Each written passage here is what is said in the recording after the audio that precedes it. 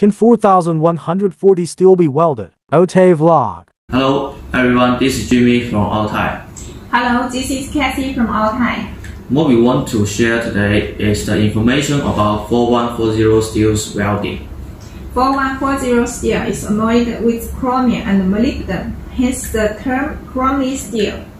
The addition of this alloying element is relatively high carbon content, around 0.4%, provides the low alloy steel with an excellent strength to weight ratio and makes it a lot stronger and harder. The disadvantage is the need to be more careful when welding 4140 steel or another medium to high carbon steels for that matter as compared to low carbon steel.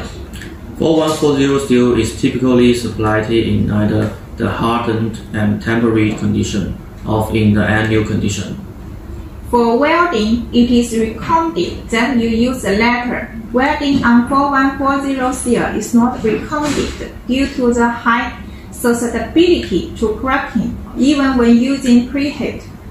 If you must weld 4140 steel, it's absolutely necessary that you stress relieve the part at a temperature 15 degrees Celsius below the original tempering temperature. Typically, if you have weld on 4140 steel, you are making a repair. 4140 steel should never be used for standard fabrication if possible. 4140 steel will weld very similar to your low carbon steel. The difference is that its high carbon content can screw things up.